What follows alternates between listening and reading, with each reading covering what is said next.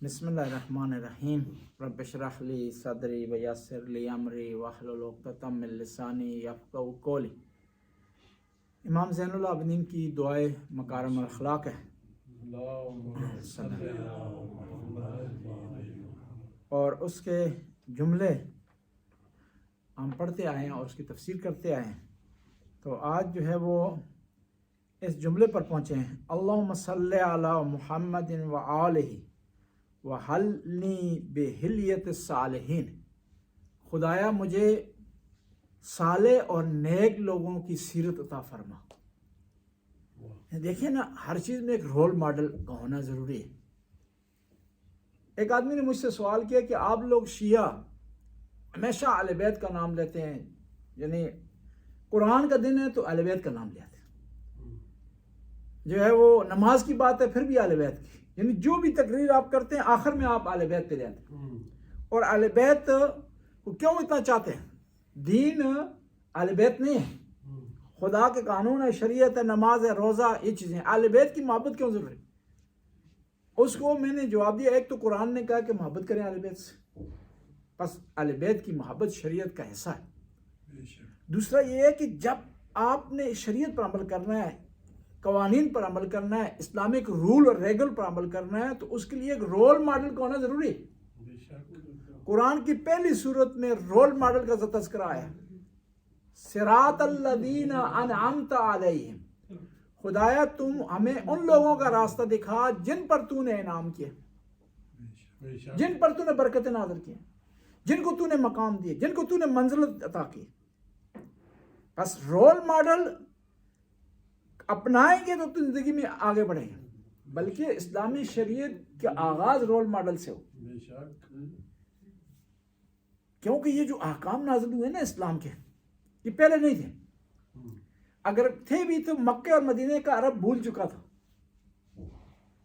نماز ہے، روزہ ہے، حج ہے، زکوٰۃ ہے، خمس ہے، جہاد ہے، امر بالمعروف ہے، نہی عن المنکر ہے، یہ عرب کے معاشرے میں نہیں تھا۔ اور یہ جو لفظ اس کے لیے استعمال کیے جاتے ہیں، عرب کے معاشرے میں یہ لفظ پہلے اور کاموں کے لیے استعمال ہوتے تھے۔ صلاۃ کا لفظ عرب معاشرے میں پہلے دعا کے لیے استعمال ہوتا تھا، یعنی یہ قیام کرنا، رکوع کرنا، سجدے، اس کے لیے استعمال نہیں ہوتا۔ اب جب حکم ہوا اقیم الصلاۃ، تو پیغمبر نے کہا کہ خدا کا حکم آیا ہے کہ نماز قائم کرو، تو صحابہ نے فوراً سوال کیا کہ ہمیں بتاؤ نماز ہے کیا اور کس طرح پڑھنی ہے؟ تو پیغمبر نے ارشاد فرمایا، صلو کما رأیتمونی اصلی، کہ مجھے دیکھو جس طرح میں نماز پڑھتا ہوں اس طرح تم نماز پڑھو۔ پھر روزے کا حکم آیا۔ اب سوال پیدا ہوتا تھا کہ روزہ جو ہے وہ اس سے پہلے تھا، عیسائیوں میں تھا، یہودیوں میں تھا، لیکن جو اسلام کا حکم آیا روزے کا، یہ ان سے مختلف تھا۔ تو پیغمبر نے وضاحت کی کہ آپ نے، بلکہ قرآن نے وضاحت کی کہ آپ کو جب سفید اور کالے داغے میں فرق نظر آ جائے تو کھانا پینا چھوڑ دیں۔ یعنی یہ ایک مثال تھی، ایک تشبیہ تھی، سمجھانے کے لیے استعمال کیا گیا کہ اتنی روشنی اگر ہو جائے کہ تمہیں کالے اور مختلف رنگوں میں ججمنٹ کر سکو تو کھانا پینا چھوڑ دو۔ زکوٰۃ کا حکم آیا تو بتایا کہ اس کی پرسنٹیج اتنی ہے، ان چیزوں میں دینا آپ۔ بس پیغمبر گرامی کو ایز اے رول ماڈل لیا تھا، اور اس کی بنیاد پر ہم نے نماز سیکھی، روزہ سیکھا، حج سیکھا، زکوٰۃ سیکھا۔ اس لیے اہل بیت کو فالو کرنا بھی ضروری ہے رول ماڈل کے طور پر، کہ اہل بیت نے جو کیا، ہم نے اگر صبر کرنا ہے تو دیکھنا ہے آئے صبر ممکن ہے نہیں ممکن۔ رول ریگل کو فالو کرنے کے لیے سب سے اس وقت آپ کے لیے آسانی ہو جاتی ہے، آپ آسانی سے اسے لے لیتے ہیں جب دوسرے لوگ فالو کر رہے ہیں۔ اور دیکھیں نا، ایک رول بنا ہے، 99 آدمی اس کو فالو نہیں کر رہے، وہ آدمی ایک جو رہ گیا نا وہ بھی ایسے ہی کرے گا۔ بس یہ جو بتایا گیا کہ اہل بیت تمہاری رول ماڈل ہیں، تم کل کو نہیں کہہ سکتے کہ صبر کرنا یہ مشکل ہے جی، قربانی دینی مشکل ہے جی، مسجد میں شہادت پیش کرنا مشکل ہے جی، اپنا مال لٹا دینا مشکل ہے جی۔ کہنے والا کہہ سکتا ہے مشکل نہیں ہے۔ کیوں مشکل نہیں ہے؟ کیونکہ اس سے پہلے کچھ لوگوں نے قربانیاں دی ہیں، اگر مشکل ہوتا تو وہ نہ دیتے۔ اس لیے خدا نے کچھ کام کے لیے رول ماڈل بنائے، اور جوانوں کے لیے جو رول ماڈل ہے انبیاء کے درمیان وہ حضرت یوسف ہے۔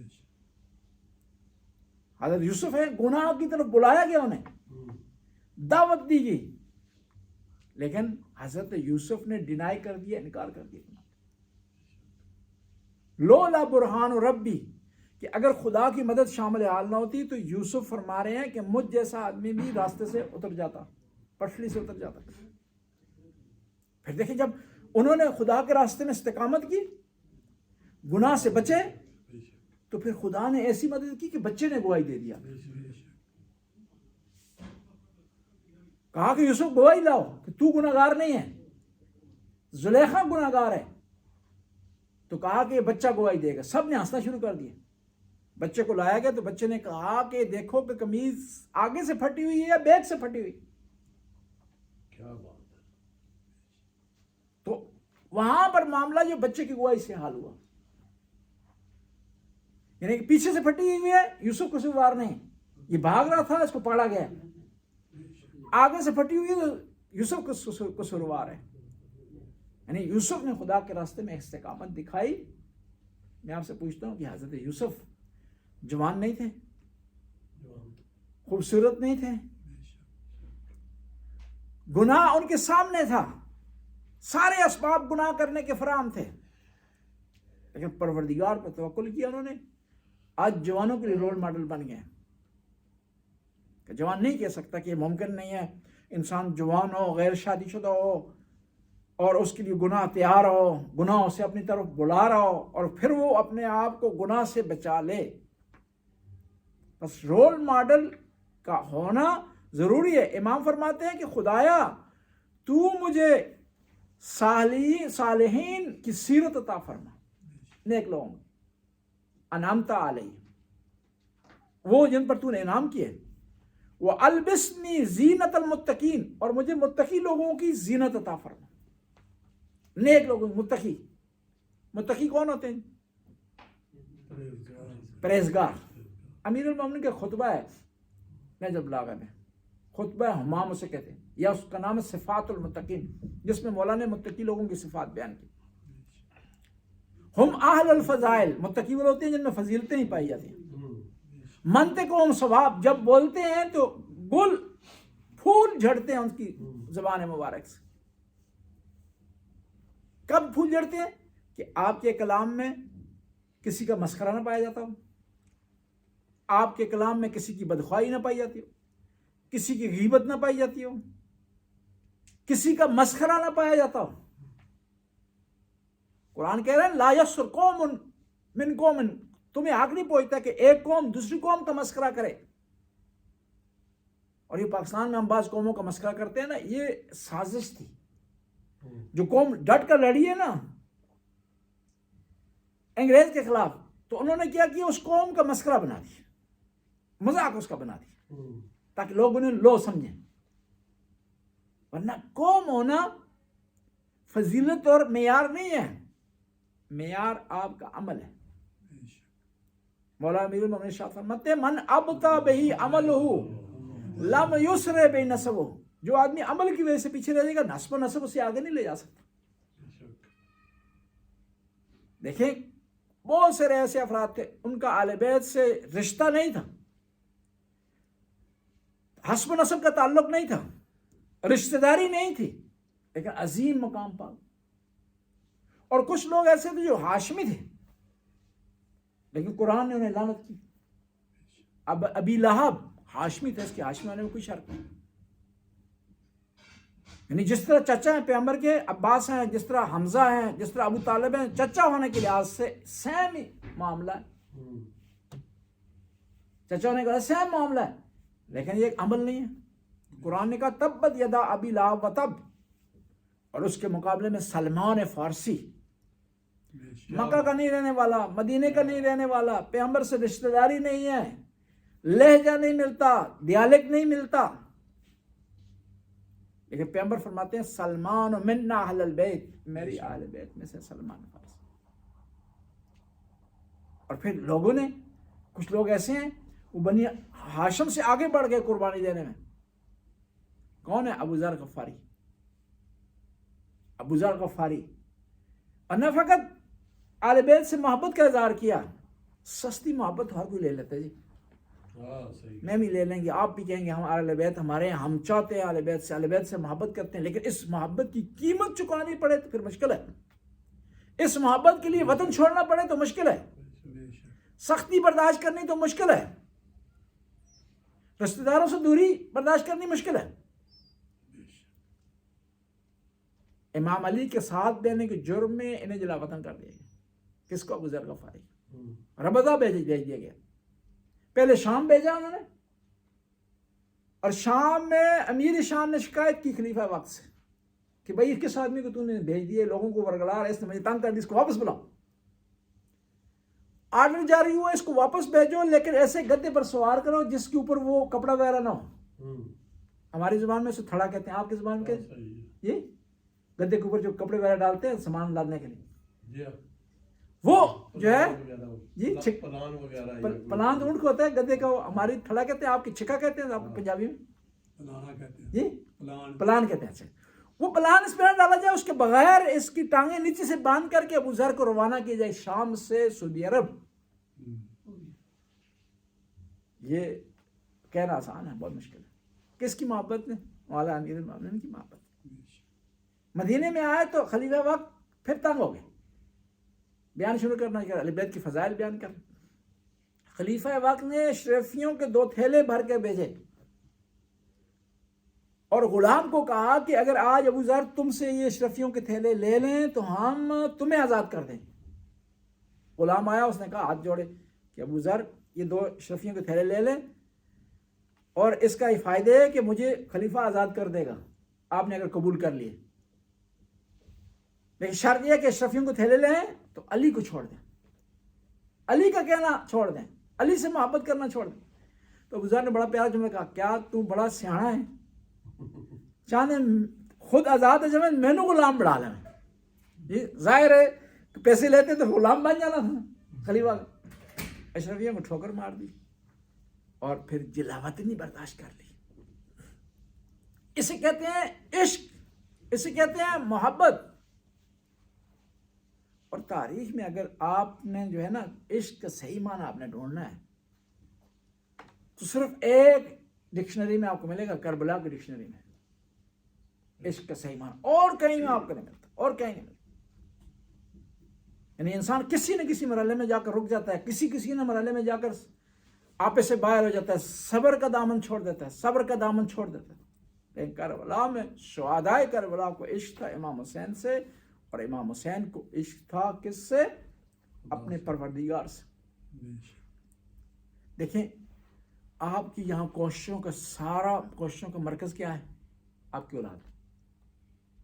حتیٰ آپ ریٹائرمنٹ کے باوجود نہیں جا رہے اپنے وطن میں اولاد کی وجہ سے، کہ اولاد سامنے ہے، پوتوں کو دیکھیں گے، اولاد کو دیکھیں، ان سے محبت کریں گے، ان سے ساتھ آنا جانا ہوگا، رابطے میں رہیں گے، ان کی مشکل حل کریں گے. یعنی اتنی محبت ہوتی ہے. اور اولاد کی وجہ سے انسان بعض وقت کھانا چھوڑ دیتا ہے، خود پرانے کپڑے پہنتا ہے، اولاد تو نئے کپڑے پہناتا ہے، خود پرانا پیزار پہنتا ہے، پرانے جوتے پہنتا ہے، سادے جوتے پہنتا ہے، جوتے پہننے کے لیے تھل بت کا انتظار کرتا ہے کہ کہیں تھل بت لگے تو میں خریدنا اپنے. لیکن بچوں کو کوشش کرتا ہے کہ بہترین کپڑے ان کے لیے خرید دیے جائے، بہترین سامان ان کے لیے فراہم کیا جائے. یعنی ہماری تمام توجہ کا مرکز ہماری اولاد ہے. لیکن امام حسین ہوئے جنہوں نے اپنی اولاد بھی قربان کر دی اسلام پر. اسے کہتے ہیں عشق، اسے کہتے ہیں محبت. آپ کو اولاد پیاری ہے نا، پیاری ہونی چاہیے. تو کیا امام حسین کو علی اکبر سے پیار نہیں تھا؟ آپ سے زیادہ پیار تھا. کیا امام حسین کو علی اصغر سے پیار نہیں تھا؟ آپ سے زیادہ پیار تھا. کیا امام حسین کو سکینہ سے پیار نہیں تھا؟ آپ سے زیادہ پیار تھا. لیکن علی اکبر کے مقابلے میں اسلام سے زیادہ پیار تھا. علی اصغر کے مقابلے میں اسلام سے زیادہ پیار تھا. بس کہا البسنی زینت المتقین، خدایا مجھے متقی لوگوں کی زینت عطا فرما.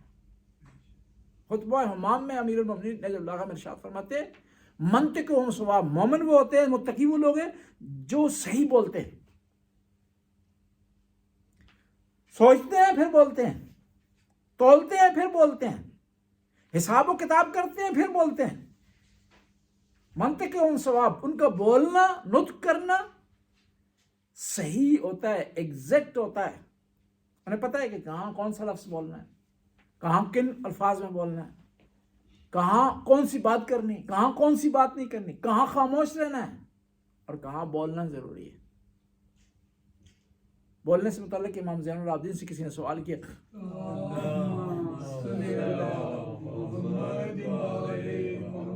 سوال کیا کہ مولا بتائیں کہ بولنا بہتر ہے کہ خاموش رہنا بہتر ہے؟ ہم جو فوراً کہہ دیتے ہیں نا کہ خاموش رہنا بہتر ہے. خاموش نہیں ہر جگہ بہتر. خاموش رہنا اگر بہتر ہو تو وہ لوگ جو کہ کربلا کے واقعے پر خاموش رہے ہیں، نواسہ رسول کا ساتھ نہیں دیا، انہوں نے اپنی زبان کو حرکت نہیں دی، زبان کو استعمال نہیں کیا یزید کے خلاف، نواسہ رسول کی حمایت میں نہیں بولے، وہ ان کا خاموش رہنا جرم تھا. یعنی ہر جگہ خاموش رہنا صحیح نہیں ہے. امام زین العابدین نے ارشاد فرمایا لِكِلَيْهُمَا آفَاتٌ، دونوں میں کچھ خرابیاں ہیں. بولنے میں بھی کچھ خرابی ہے اور خاموش رہنے میں خرابی. وَإِذَا سَلِمَ مِنَ الْآفَاتِ الکلام افضل من السکوت، لیکن جب خرابیوں کو سائڈ پہ رکھا جائے تو بولنا بہتر ہے خاموش رہنے سے. وہی بعث اللہ الانبیاء، خدا نے انبیاء کو اس لیے بھیجا کہ وہ بولیں. نبی آتے اگر نہ بولتے، خطبہ نہ دیتے، دعوت رشیدہ میں پیغام نہ دیتے، غدیر میں نہ بولتے، تو آنے کا مقصد فوت ہو جاتا. بچہ آپ کے سامنے غلط کام کر رہا ہے، آپ نہیں بولتے، اسے منع نہیں کرتے، تو آپ کی خاموشی صحیح نہیں ہے. ہاں فالتو بولنا بھی صحیح نہیں، فضول بولنا بھی صحیح نہیں. آپ نے ایک سوال پوچھا ہے تو اس نے بجائے کہ 2 لائنوں میں جواب دے، آپ نے پوچھا کہ کل آپ مسجد امام بارگاہ نہیں آئے جی، نہیں آیا جی، کام پیش آ گیا. اب کہانی شروع کر دیں، نہیں آیا، کام پیش آ گیا تھا، میں یہاں سے بازار گیا، پھر گرون لین گیا، وہاں سے ٹیکسی پر بیٹھا، وہاں ٹیکسی سے اترا، ٹیکسی کا ٹائر پنچر ہوگا، دوست کو بلایا، یہ کیا، وہ بات تم سے ربط ہی نہیں ہے، تم کیوں بول رہے خامہ. اور لوگ بھی آج کل نا، آپ 2 منٹ زیادہ بولیں نا تو لوگوں کے جو ذہن ہے وہ کہیں اور چلا جاتا ہے، سنتا ہی نہیں. تو کیوں اپنی توانائی خواہ ضائع کرتے ہیں بول کے. اور پھر بولنے کے آداب ہیں. اونچی آواز میں بولنا صحیح نہیں ہے. ان انکر الاصوات صوت الحمیر، قرآن کہتا ہے کہ سب سے بری آواز کس کی ہے جی؟ گدھے کی ہے. اور شاہ صاحب کو پتہ بھی ہے جی، میں نہیں استعمال کرنا چاہتا تھا کہ تھوڑا سا بھاری لفظ ہے نا جی. میں ایک دفعہ تہران میں تھا تو ایک ہجوم چھٹی ہوئی کارخانے سے، کسی فیکٹری سے، تو لوگوں کا ہجوم سمندر کی طرح چل رہا تھا. آواز بالکل نہیں آ رہی تھی، خاموشی سے چل رہا تھا. تو وہاں ایک پاکستانی ہمارے بھائی آ گئے، انہوں نے دوسرے اپنے ساتھی کو آواز دی، او ایک اونچی آواز سے. پورے ایرانی پریشان ہو گئے کہ کیا ہو گیا جی. میں نزدیک گیا ان کے، میں نے کہا بھائی صاحب یہ لوگ بڑے خاموش پسند ہیں، آپ اونچی آواز میں نہ بولیں. اس نے 2-3 اور گالیاں دے دی انہیں. اس نے الٹا جو ہے مجھے ڈانٹ، ابھی بتا نہیں سکتا کیا گالی دی انہوں نے. یعنی خاموشی جہاں ضروری ہے وہاں بولنا صحیح نہیں ہے. اور پھر ہمیں احتیاط کرنی چاہیے. یہاں تھیبان میں جاتے ہیں، بس میں بیٹھتے ہیں، وہاں ہمیں آپس میں اگر باتیں کر رہے ہیں تو آہستہ بولیں، کسی کو ڈسٹرب نہ کریں. اور پیغمبر کی محفل میں صحابہ کرام کو ڈانٹا گیا ہے قرآن نے، لا ترفعوا اصواتکم فوق صوت النبی، تم اپنی آواز کو نبی کی آواز سے بلند مت کرو. ولا تجہروا بالقول کجہر بعضکم لبعض، اور پھر ایسا اگر کرو گے نا، آواز کو بلند کرو گے، کجہر بعضکم بعضا تحبط اعمالکم، تمہارے اعمال ضائع ہو جائیں گے. وانتم لا تشعرون، تمہیں علم بھی نہیں ہوگا. اور پھر یہ امام بارگاہ بھی امام کی بارگاہ ہے. ہمارا عقیدہ ہے کہ امام تشریف لاتے ہیں، یا ہم اونچی آواز میں بولیں، ہم تو کوئی بولتا نہیں، ویسے تذکرے کے طور پر ہم عرض کر رہے ہیں، تو امام کی بارگاہ میں گستاخی ہو جائے گی. اور پھر تم نبی کو اپنے جیسا مت سمجھو، اس طرح مت پکارو جس طرح ایک دوسرے کو پکارتے ہو. بس بولنے کے جو آداب ہیں ان کو ملحوظ خاطر رکھنا چاہیے. اور یہ بھی دیکھیں، ایک نسخہ آپ کو بتاؤں. 2 آدمی آپس میں باتیں کر رہے ہیں نا، زبان ایک ہے، کان 2 ہیں. کسی نے ایک ولی اللہ سے پوچھا نا کہ بتاؤ کہ بولنا زیادہ چاہیے یا سننا زیادہ چاہیے؟ اس نے کہا کان دو ہے زبان ایک ہے، زیادہ سنو کم بولو جی، یعنی دوسرے کے بھی سنو۔ اور پھر بعض اوقات لوگ جو ہے وہ اس طرح محسوس ہوتا ہے نا گویا یہ سن ہی نہیں رہے، اپنی سنائی جا رہے ہیں، اپنی سنائی جا رہے ہیں۔ وہ مشہور و معروف واقعہ ہے کہ ایک آدمی بہ رہا تھا کانوں سے، کسی اپنے دوست جو مریض ہو گیا تھا اس سے ملنے کے لیے جا رہا تھا، تو ظاہر وہ بہ رہا تھا کانوں سے، اس نے کسی سے مشورہ کیا کہ میں وہاں جاؤں گا، کیونکہ لوگوں کی رسم ہوگی، صرف کوئی دل سے کوئی بات نہیں کرتا، فارمیلٹی پوری کرتے، تو میں وہاں جاؤں گا مریض سے ملنے کے لیے، تو میں نے کیا بات کرنی ہے اور اس نے کیا کرنی ہے، اور مجھے اندازہ مطابق بتا دو کہ میں نے کیا کہنا ہے اور وہ کیا کہے گا تو میں نے کیا جواب، کیونکہ مجھے سنائی تو دیتا نہیں۔ وہ گیا مریض کے پاس پوچھنے کے لیے، وہاں پہنچتے ہوئے چند جملے ہوتے ہیں نا ہماری جگہ بولتے ہیں کہ ڈاکٹر کون ہے جی، دوائی کون سی لے رہے ہو، تمہاری طبیعت کیسی ہے، 3 سوال ضرورت، اور بعض کا اس کو بار بار پوچھتے ہیں، 1 گھنٹہ بیٹھا اور کوئی بات ہی نہیں ہے، وہ مریض بیچارے کے کان پک گئے ہیں، اور کیا حال ہے جی، اور کیا حال ہے جی، اور کیا حال ہے۔ وہ ایک دفعہ مفتی جعفر صاحب کسی گاؤں میں یہ نا، تو ایک آدمی بار بار اسے پوچھتا، اور مولانا صاحب کیا حال ہے، اور بچے آپ کے کیسے، کئی دفعہ پوچھ چکا، آخر میں تھک گیا، انہوں نے کہا کہ کیا آپ کو میری بات پر اطمینان اور یقین نہیں ہے کہ میں نے ایک دفعہ کہہ دیا میں بھی ٹھیک ہوں میرے بچے بھی ٹھیک ہیں، بار بار کیوں پوچھ رہے آپ؟ اب یہ ڈاکٹر کے پاس چلا گیا، تو اس کو جو مشیر تھا جو ملا ایڈوائزر ریویور، اس نے کہا کہ تم وہاں جاؤ گے تو تم نے پوچھنا ہے دوائی ڈاکٹر کون سا ہے، وہ بتائے گا فلاں ڈاکٹر ہے، تم نے کہنا بہت اچھا ڈاکٹر ہے، اسی کو فالو کرو۔ پھر تم نے پوچھنا ہے دوائی کون سی کھا رہے ہو، تو اس نے بتانا ہے فلاں دوائی کھا رہا ہوں، تو تم نے کہا بہت اچھی دوائی ہے، اور سارے لوگ یہی دوائی کھاتے ہیں۔ پھر تم نے پوچھنا تمہاری طبیعت کیسی ہے، تو اس نے کہنا کہ میری طبیعت بالکل ٹھیک ہے، تم نے کہا الحمدللہ۔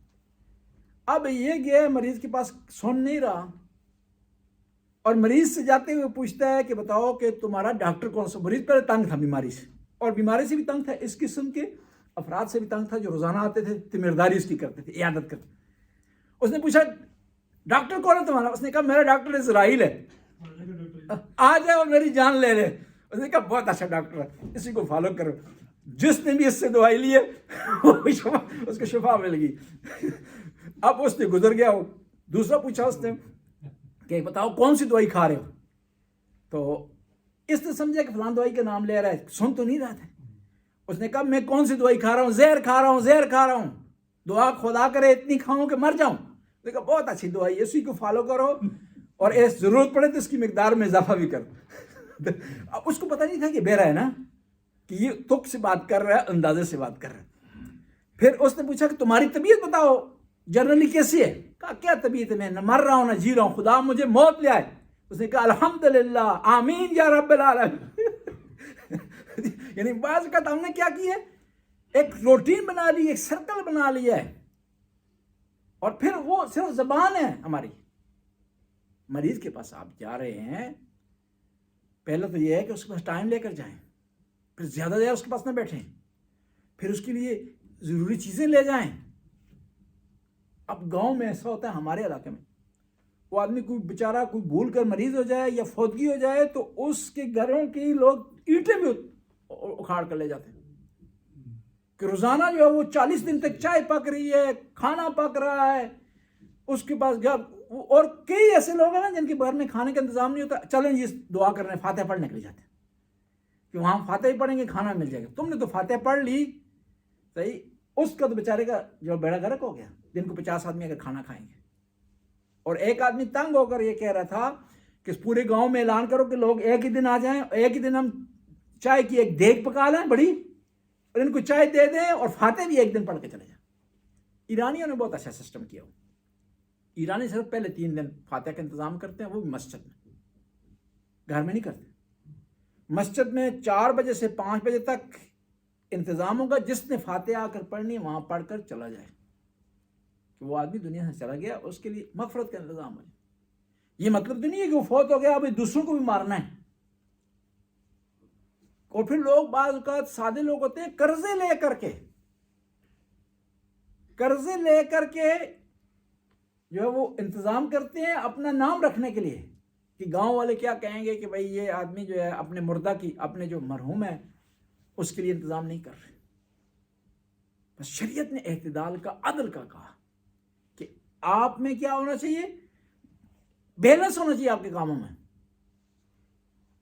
آپ کے کاموں میں میانہ روی ہونی چاہیے، نہ زیادہ روی ہو نہ کم روی ہو، نہ افراط ہو نہ تفریط ہو، درمیانہ. الخیر الامور اوساطها، کہ سب سے بہتر وہ عمل ہیں جو درمیانے ہیں. اور بعض لوگ کیا کرتے ہیں، ایک دفعہ اتنے بال رکھ لیتے اور پھر بعض کیا ٹرینڈ کروا دیتے ہیں. یہ درمیانہ کام رکھو، اور یہ خیال کریں تو بڑے بال ہوں تو پھر وہ جس طرح وہ بیچارے اس کو سعودی عرب میں بال پکڑے کسی نے، جی وہ معاملہ آ جاتا ہے. جی اللہم صلی علی محمد و آل محمد، یا علیم یا علیم یا غفور یا رحیم. خدایا اس قلیل سی عبادت قبول و منظور فرما، ہمارے گناہوں سے درگزر فرما، نیک کام کرنے کی توفیق عطا فرما، برائیوں سے بچنے کی توفیق عطا فرما. زمانے کے امام کے ظہور میں تعجیل فرما، ہمیں امام کے انصار میں سے قرار دے. ربنا آتنا فی الدنیا